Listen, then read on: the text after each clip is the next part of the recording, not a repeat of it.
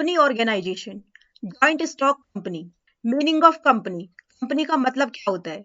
A company is that form of business organization which is willingly established by some persons for earning profit under the Companies Act. Company का मतलब होता है business organisation की एक ऐसी form जिसको जानबूझकर या अपनी इच्छा से एस्टेब्लिश किया जाता है कुछ लोगों के द्वारा जो कि प्रॉफिट अर्न करना चाहते हैं, और इसको एस्टेब्लिश किया जाता है अंडर द कंपनीज एक्ट। एक कंपनीज एक्ट है, उस कंपनीज एक्ट के अंडर ही इसको एस्टेब्लिश किया जाता है। एक company is a legal entity formed by a group of individuals to engage in and operate a business. Company एक लीगल एंटिटी होती है जो कि इंडिविजुअल्स के ग्रुप के द्वारा फॉर्म की जाती है, जो कि इंगेज होते हैं या ऑपरेट करते हैं एक बिजनेस को। It is recognised by law as a separate entity from its owners. इसको ऐसे रिकॉग्नाइज किया जाता है कि इसका जो ओनर्स के साथ इसको एक बिल्कुल सेपरेट एंटिटी के द्वारा इसको रिकॉग्नाइज किया जाता है। इनका मतलब हम आगे समझेंगे। डेफिनेशन दी हुई है एल.एच. हेने के according, company is an artificial person created by law having separate entity with a perpetual succession and common seal. Company एक आर्टिफिशियल पर्सन होती है, मतलब कंपनी भी एक पर्सन होती है, लेकिन वो एक नेचुरल पर्सन नहीं, वो एक आर्टिफिशियल पर्सन होती है, क्रिएटेड बाय लॉ, जिसको लॉ के द्वारा क्रिएट किया जाता है, हैविंग सेपरेट एंटिटी, जिसकी सेपरेट एंटिटी होती है इसके मेंबर्स से या इसके ओनर से, विद अ परपेचुअल सक्सीजन, जिसको बनाया जाता है ताकि ये लंबे समय तक चलती ही रहे, एंड कॉमन सील, और इसकी एक कॉमन सील भी होती है जो कि कंपनी के एज ए सिग्नेचर होते हैं। अब इसके फीचर्स के बारे में बात करते हैं कि कंपनी के फीचर्स कौन कौन से हैं। इसके कुछ फीचर्स दिए हुए हैं। सबसे पहले है separate legal entity. A company is considered a separate legal entity from its share holders and directors. इसका मतलब क्या है? इसका मतलब यह है कि कंपनी में जो शेयर होल्डर्स हैं या जो डायरेक्टर्स हैं उनसे एक बिल्कुल अलग माना जाता है। It has the ability to own property, entry contracts and carry out transactions in its own name. मतलब कंपनी का जो अपना जो नाम है, जैसे कि कोई कंपनी है एबीसी कंपनी, अब जो कंपनी है ना उसका उसके डायरेक्टर्स के साथ या शेयर होल्डर्स के साथ कोई मतलब नहीं है। इसका मतलब ये बिल्कुल एक सेपरेट लीगल एंटिटी है, ये इसका कंपनी एक बिल्कुल एक अलग पर्सन है। It has the ability to own property. Company खुद के अपने नाम पर प्रॉपर्टी को परचेज कर सकती है, कॉन्ट्रैक्ट्स कर सकती है, और ट्रांजैक्शंस भी कंपनी के ही नाम पर किए जाते हैं। The company's actions are distinct from those of its members, meaning it can be sued or can sue others. Company के जो एक्शंस होते हैं वो इसके मेंबर्स से बिल्कुल ही अलग होते हैं। मतलब ये है कि एक कंपनी कभी भी किसी को भी स्यू कर भी सकती है और कोई भी इसको भी स्यू कर भी सकता है। The owners of a company are not personally liable for the company's debt beyond their investment. जो ओनर्स होते हैं कंपनी के वो कभी भी पर्सनली लाइएबल नहीं होते हैं। मतलब अगर कंपनी है कोई और उसके ऊपर काफी सारे डेट्स हैं तो ऐसा नहीं है कि ओनर्स को जिम्मेदार ठहराया जाएगा कि वो ओनर्स हैं वो उस डेट्स की पेमेंट करेंगे। जब जितनी उनकी इन्वेस्ट उन्होंने कंपनी के अंदर किया हुआ है सिर्फ और सिर्फ वो उतनी ही इन्वेस्टमेंट के अंदर ही पेमेंट करेंगे और उसके बियॉन्ड वो पेमेंट नहीं कर सकते हैं। It exist independently of the death और withdrawal of its shareholders और डायरेक्ट। अगर कभी कंपनी में किसी शेयर होल्डर या किसी डायरेक्टर की डेथ हो जाती है तो इसका कंपनी के ऊपर कोई असर नहीं पड़ेगा। Example, if a company faces legal issues or debts, the personal assets of its shareholders are protected. एक एग्जाम्पल दिया हुआ है कि एक कंपनी है और उसके कुछ ना कुछ लीगल इश्यूज हो गई हैं या फिर उस पर लाइबिलिटीज जो है वो बहुत ज्यादा हैं, तो ऐसा नहीं है कि जो शेयर होल्डर्स हैं उनकी पर्सनल एसेट्स को सेल करके उन लाइबिलिटीज की पेमेंट की जाएगी, ऐसा नहीं होगा। नेक्स्ट है artificial person. Company is an artificial person. A company does not have a physical body like a natural human being. A company does not have a physical body like a natural human being. Company एक person तो होती है लेकिन ये एक artificial person होती है। इसका मतलब ये है कि कंपनी की कि कोई भी फिजिकल बॉडी नहीं होती है। जैसे एक नेचुरल ह्यूमन बीइंग की एक फिजिकल बॉडी होती है वैसे कंपनी की एक फिजिकल बॉडी नहीं होती। A company is called artificial person created by law. A company is called artificial person because it is only a creation of law. एक कंपनी को आर्टिफिशियल पर्सन इसलिए कहा जाता है क्योंकि ये लॉ के द्वारा क्रिएट की जाती है। ये एक लॉ की क्रिएशन है, ना कि एक नेचुरल ह्यूमन बीइंग है। It can act like a person by owning property. यह एक नेचुरल पर्सन की तरह काम तो कर सकती है, लाइक ये प्रॉपर्टी को ओन कर सकती है, कॉन्ट्रैक्ट्स को कर सकती है, and having the right to sue and can be sued. Even though a company does not have a physical form, it still holds rights and obligation in the eyes of law. Company एक natural human person तो नहीं है लेकिन कानून की नजरों में यह एक पर्सन की तरह ही राइट्स एंड ऑब्लिगेशंस को होल्ड करती है। This characteristic is important as it ensures the company can legally participate in business activities. Activities. यह कैरेक्टरिस्टिक्स लिए भी इंपॉर्टेंट है क्योंकि यह इस बात को इंश्योर करती है कि जो कंपनी है वो लीगली पार्टिसिपेट कर सकती है बिजनेस एक्टिविटीज के अंदर। नेक्स्ट अब बात करते हैं कि registration. It is legally compulsory for a company to get itself registered under the companies act 1956। तो कंपनीज के लिए यह लीगली कंपलसरी है कि वो रजिस्टर्ड किए जाएं under the companies act. Without registration no company can come into existence. Registration के बिना कोई भी कंपनी एग्जिस्टेंस में नहीं आ सकती है। It is legally compulsory for a company to get itself registered under the companies act 2013। Without registration no company can come into existence. तो कंपनीज के लिए यह लीगली कंपलसरी है कि उन्हें रजिस्टर्ड कराना बहुत ज्यादा इंपॉर्टेंट है। कंपनीज एक्ट 2013 के अंडर कंपनीज को रजिस्टर्ड कराना बहुत इंपॉर्टेंट है। अगर किसी कंपनी का रजिस्ट्रेशन नहीं हुआ है तो वो कंपनी एग्जिस्टेंस में नहीं आ सकती है। नेक्स्ट है the registration process involves submitting necessary documents such as the memorandum of association, articles of association and other required paper work. जो कंपनी की जो रजिस्ट्रेशन प्रोसेस होती है उसमें सारे जो जरूरी डॉक्यूमेंट्स हैं उनको सबमिट कराना इन्वॉल्व होता है। जैसे कि इंपॉर्टेंट डॉक्यूमेंट्स है memorandum of association, articles of association और कोई other required paper work. Without registration, a company is not considered a separate legal entity and cannot engage in business activities. अगर जो कंपनीज है उनका रजिस्ट्रेशन अगर नहीं कराया जाए तो उन्हें एक सेपरेट लीगल एंटिटी के जैसे कंसिडर नहीं किया जाएगा और ना ही वो बिजनेस एक्टिविटीज में इंगेज कर पाएंगी। Registration offers legal protection to the company's structure. तो जो रजिस्ट्रेशन है उससे कंपनीज के स्ट्रक्चर को एक लीगल प्रोटेक्शन मिलती है, उनकी राइट्स को एक लीगल प्रोटेक्शन मिलती है एंड ऑब्लिगेशंस को, insuring it operates within the regulatory framework. Next इसकी कैरेक्टरिस्टिक है परपेचुअल सक्सीजन। इसका मतलब होता है a company has continuous existence independent of its members. जो कंपनी होती है वो अपने मेंबर्स पर डिपेंड नहीं होती है, मेंबर्स के एग्जिस्टेंस से उसका कोई लेना देना नहीं होता। A company is created by law and can only law can bring an end to its existence. तो जो कंपनी है वो एक लॉ की क्रिएशन होती है, तो एक कंपनी का कभी भी एंड होना होगा तो वो लॉ के द्वारा ही किया जाएगा। द डेथ, इंसॉल्वेंसी और incapacity of any member does not affect the existence of company. This stability makes companies reliable for long term investment. इसकी वजह से जो कंपनीज होती है वो लॉन्ग टर्म इन्वेस्टमेंट के लिए स्टेबल होती है, as they are not tied to the fortunes of any one individual. क्योंकि वो किसी भी एक पर्सन पर डिपेंड नहीं होती है कि वो पर्सन कहीं उसकी डेथ हो जाए या फिर वो इंसॉल्वेंट हो जाए, जैसे कि सोल ट्रेड में होता है। तो कंपनीज लॉन्ग टर्म के लिए एस्टेब्लिश की जाती है। मेंबर्स में come, members may go, but the company goes on forever. Companies के अंदर मेंबर्स आते रहेंगे जाते रहेंगे, लेकिन जो कंपनी है वो हमेशा के लिए चलती रहेगी। नेक्स्ट इसकी कैरेक्टरिस्टिक है common seal. The common seal is a legal symbol used by the company to endorse documents. अब कंपनी एक फिजिकल बॉडी तो है नहीं जो ये खुद से सिग्नेचर कर सकती है, एक आर्टिफिशियल पर्सन है, तो ये कैसे साइन करेगी? कंपनीज के लिए कॉमन सील होती है जो कि इसका एक लीगल सिंबल या फिर एज अ सिग्नेचर जिसको हम कह सकते हैं। It is used by a company to endorse documents, contracts and agreements. If signifies the company's approval and authority. यह इस बात को सिग्निफाई करता है कि कंपनी का इस चीज में अप्रूवल है, अथॉरिटी में कंपनी का अप्रूवल है। Being an artificial person, the company cannot sign. Company एक आर्टिफिशियल पर्सन होती है इसलिए साइन नहीं कर सकती। Therefore, there is need for common seal with its name engraved on it. तो इसलिए कॉमन सील की जरूरत पड़ती है। कॉमन सील पर कंपनी का नाम लिखा हुआ होता है, इनग्रेव होता है। It acts as the company's official signature, जो कि एक्ट करता है कंपनी के ऑफिशियल सिग्नेचर के रूप में, validating documents and making them legally binding.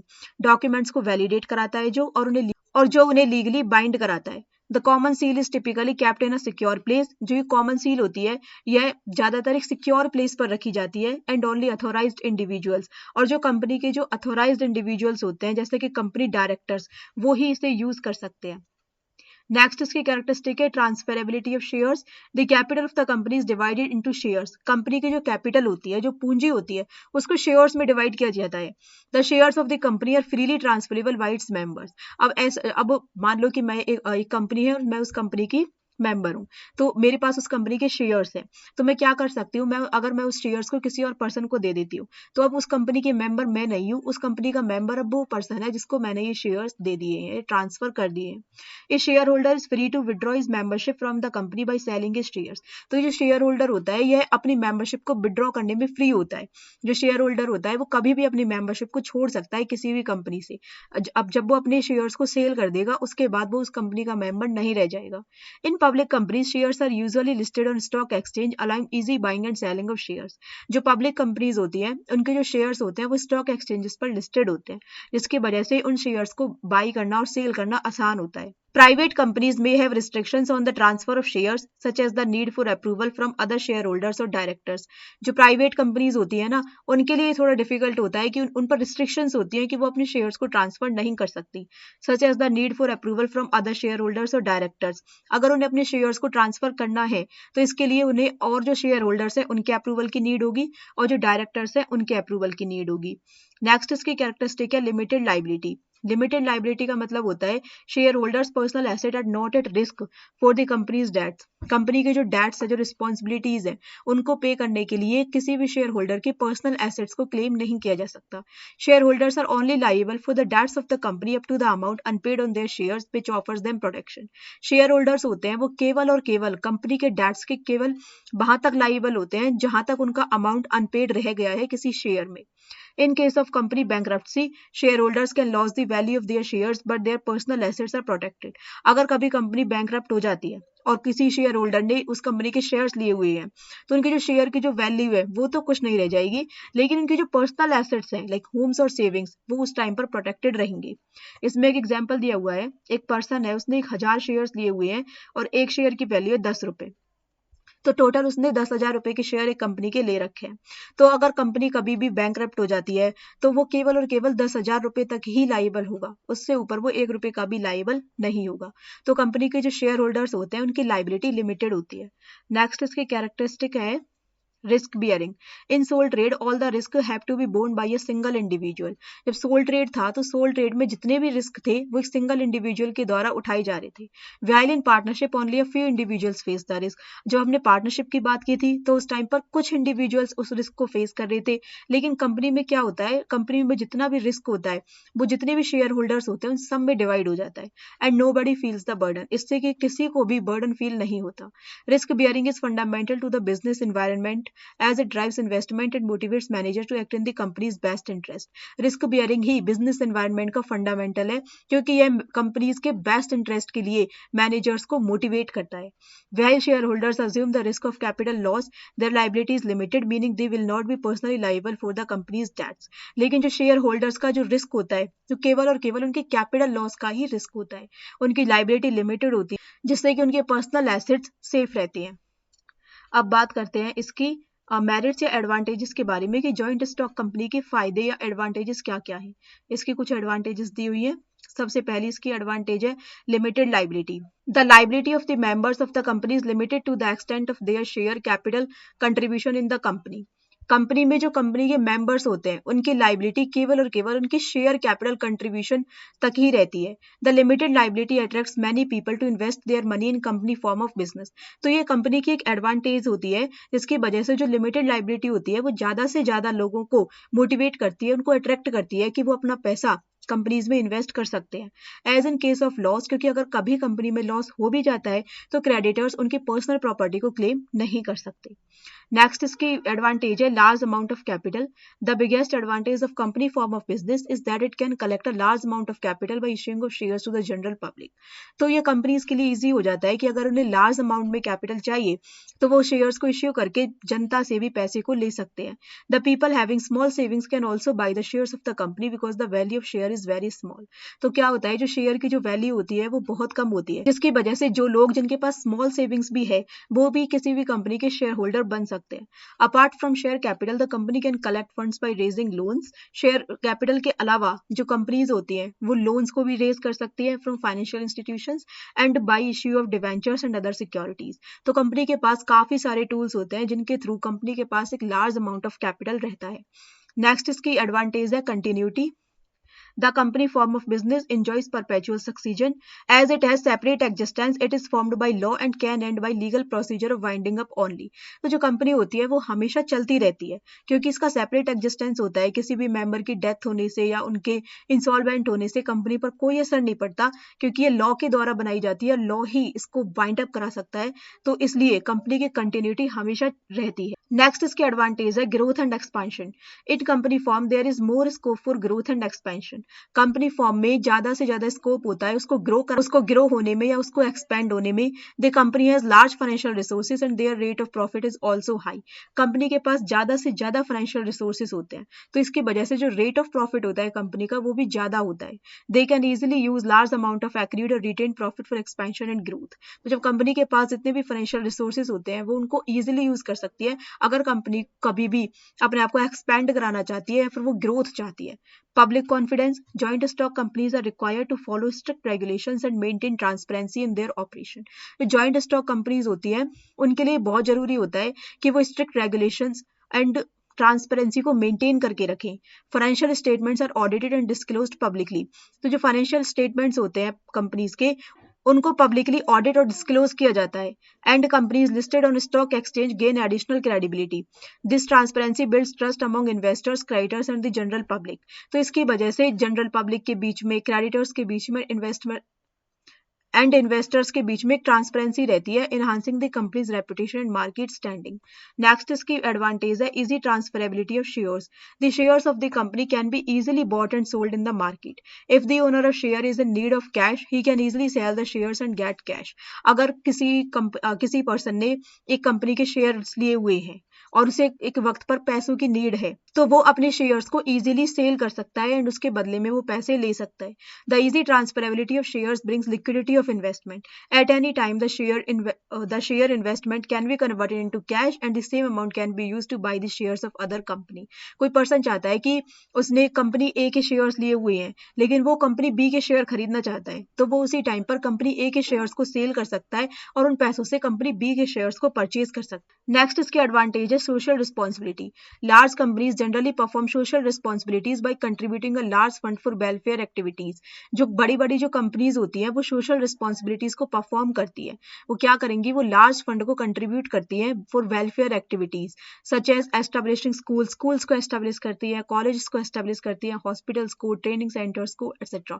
Such activities not only benefit society but also enhance the company's image and goodwill. जो ऐसी एक्टिविटीज होती है केवल सोसाइटी के लिए बेनिफिशियल नहीं होती बल्कि जो कंपनी की इमेज एंड गुडविल है उसको भी ये बढ़ाती है। Efficient management, joint stock companies are managed by board of directors typically composed of professional with expertise in various fields. जो जॉइंट स्टॉक कंपनी होती है वो बोर्ड ऑफ डायरेक्टर्स के द्वारा मैनेज की जाती है। This ensures that the company benefits from their knowledge and experience leading to effective decision making. ये इस बात को इंश्योर करता है कि कंपनी को ज्यादा से ज्यादा बेनिफिट मिले उनके नॉलेज से, उनके एक्सपीरियंस से। Efficient management contributes to better organisational performance and the achievement of strategic goals. अगर कंपनी का मैनेजमेंट एफिशिएंट है तो इससे ऑर्गेनाइजेशन की परफॉर्मेंस हमेशा बूस्ट होती है।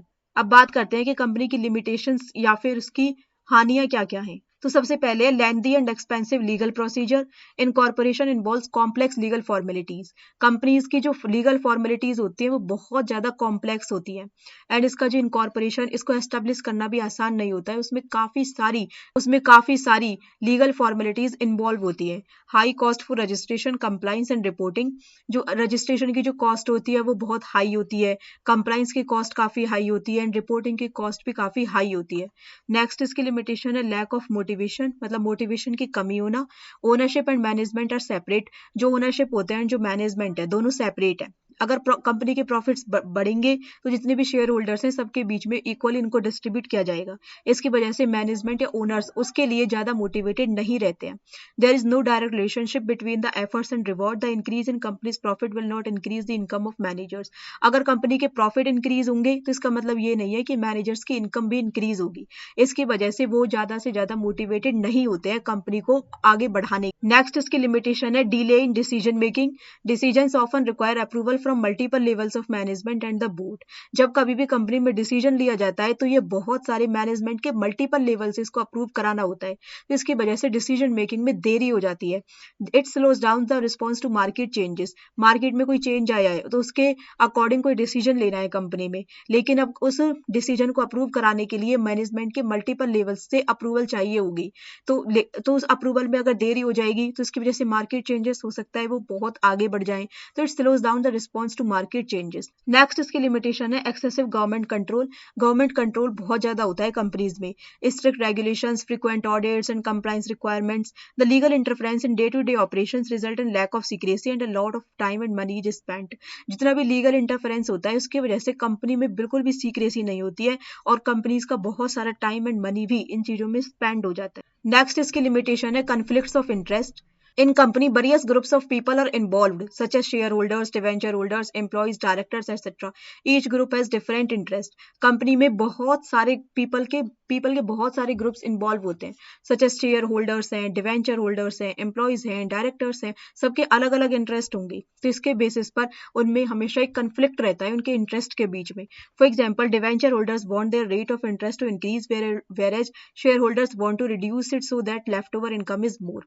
डिवेंचर होल्डर चाहते हैं कि कंपनी ज्यादा से ज्यादा इंटरेस्ट प्रोवाइड करे ताकि उनका इंटरेस्ट बढ़े, उनको ज्यादा से ज्यादा फायदा हो, लेकिन शेयर होल्डर्स चाहते हैं कि इनका जो रेट ऑफ इंटरेस्ट है वो कम हो जाए, इसकी वजह से प्रॉफिट बढ़ेंगे तो इससे शेयर होल्डर्स को ज्यादा से ज्यादा फायदा होगा।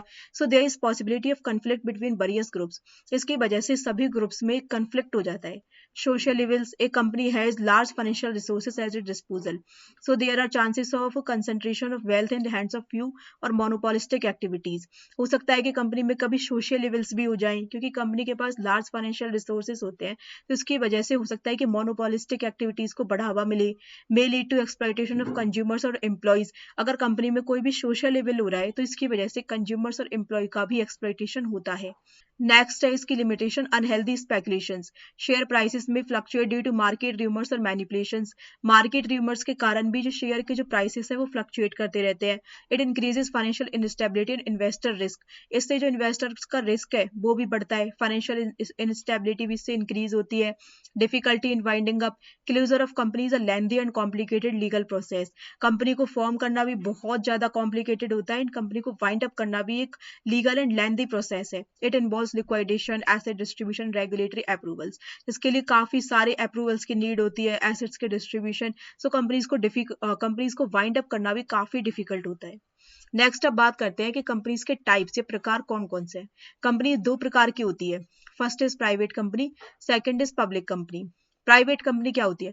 It refers to a company who shares can not be sold to the general public. यह एक ऐसी कंपनी होती है जिसके जो शेयर्स हैं वो जनरल पब्लिक को सेल नहीं किए जा सकते।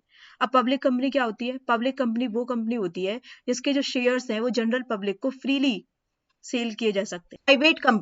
प्राइवेट कंपनी को डिफाइन किया गया है as per section 2 subsection 68 of the Indian companies act 2013। Private company means a company, एक ऐसी company having a minimum paid up capital of 1 lakh rupees, जिसकी at least minimum paid up capital 1 lakh rupees हो और such higher paid up share capital as may be prescribed, या फिर जितना prescribe किया गया है उतनी हो, which by its articles. It restricts the rights to transfer its shares. यह रेस्ट्रिक्ट करती है कि इसके जो मेंबर्स हैं वो अपने शेयर्स को ट्रांसफर नहीं कर सकते। Limit the number its members to 200। इसके जो मेंबर्स होते हैं वो 200 हो सकते हैं, ज्यादा से ज्यादा 200 से ज्यादा इसके मेंबर्स नहीं हो सकते।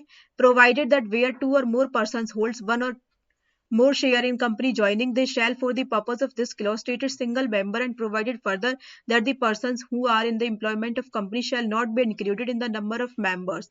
इसका मतलब ये है कि where 2 or more persons holds 1 or more shares in a company joining, अगर 2 या 2 से ज्यादा लोग, 2 से ज्यादा मेंबर्स हैं जो कंपनी के, वो एक या एक से ज्यादा शेयर्स को होल्ड कर रहे हैं, तो उन्हें एक मेंबर ही उन्हें ट्रीट किया जाएगा, और जो कंपनी के जो एम्प्लॉइज हैं उनको कंपनी के मेंबर के रूप में ट्रीट नहीं किया जा सकता। Prohibits any invitation to the public to subscribe for any securities of the company. यह इस बात को भी प्रोहिबिट करती है कि जो इसके जो मेंबर्स हैं वो पब्लिक को इन्वाइट नहीं कर सकते हैं इसके शेयर्स को सब्सक्राइब करने के लिए। अब इसके कुछ एग्जांपल्स दिए हुए हैं। List of some private companies in India: automotive manufacturers private limited, Cargill India private limited, Parle products private limited, Samsung India electronics private limited, VK globals है, यामाहा मोटर है। नेक्स्ट अब बात करते हैं कि पब्लिक कंपनी क्या होती है। पब्लिक कंपनी को डिफाइन किया गया है section 2 subsection 71 of Indian companies act 2013। इसका मतलब है which is not a private company. Public company वो होती है जो कि प्राइवेट कंपनी नहीं है, has a minimum paid up share capital of 5 lakh rupees, जिनकी मिनिमम पेड अप कैपिटल होती है वो 5 लाख रुपीज होती है, और such higher capital is may be prescribed. For the establishment of a public company there should be minimum number of 7 members. कम से कम पब्लिक कंपनीज को फॉर्म करने के लिए 7 मेंबर्स की नीड होती है. It has to add the word limited after its name and not the private limited. अब जो पब्लिक कंपनीज होंगी, इन कंपनीज के नेम के एंड में लिमिटेड वर्ड होना चाहिए, ना कि प्राइवेट लिमिटेड वर्ड. जैसे कि इसके कुछ एग्जांपल्स हैं: Apollo hospital limited, Axis bank limited, Bajaj auto, Canara bank, टिस टीवी, HDFC bank, HUL, Infosys, Jindal limited, oil India etcetera. अब नेक्स्ट बात करते हैं कि प्राइवेट कंपनी और पब्लिक कंपनी इन दोनों में अंतर क्या होता है. सबसे पहला अंतर होता है number of members. Private company में कम से कम 2 और ज्यादा से ज्यादा 200. पब्लिक कंपनी में कम से कम 7 मेंबर होते हैं, ज्यादा से ज्यादा कोई लिमिट नहीं होती. नेम, प्राइवेट कंपनीज को अपने नेम के एंड में प्राइवेट लिमिटेड वर्ड यूज करना कंपलसरी होता है. पब्लिक कंपनीज को लिमिटेड वर्ड यूज करना कंपलसरी होता है.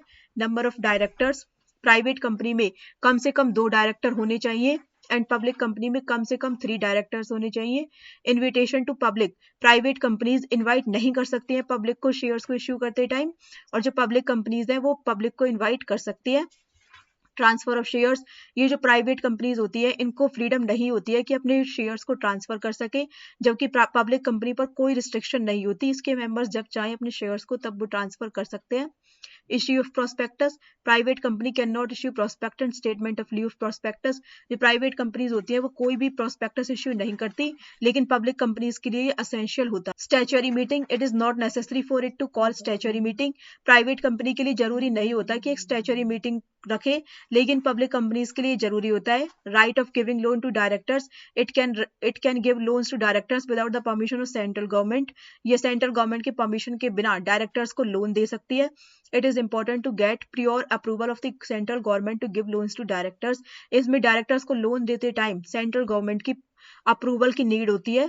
Index of members, it is not essential to prepare an index of members. Members का इंडेक्स बनाना इसमें इंपॉर्टेंट नहीं होता, लेकिन पब्लिक कंपनी में if the number of members exceeds 50, अगर जो नंबर ऑफ मेंबर्स है वो 50 से ज्यादा हो जाते हैं तो मेंबर्स का एक इंडेक्स प्रिपेयर करना जरूरी होता है. Minimum paid up share capital, private company में 1 लाख रुपीज होती है, पब्लिक कंपनी में 5 लाख रुपीज होती है.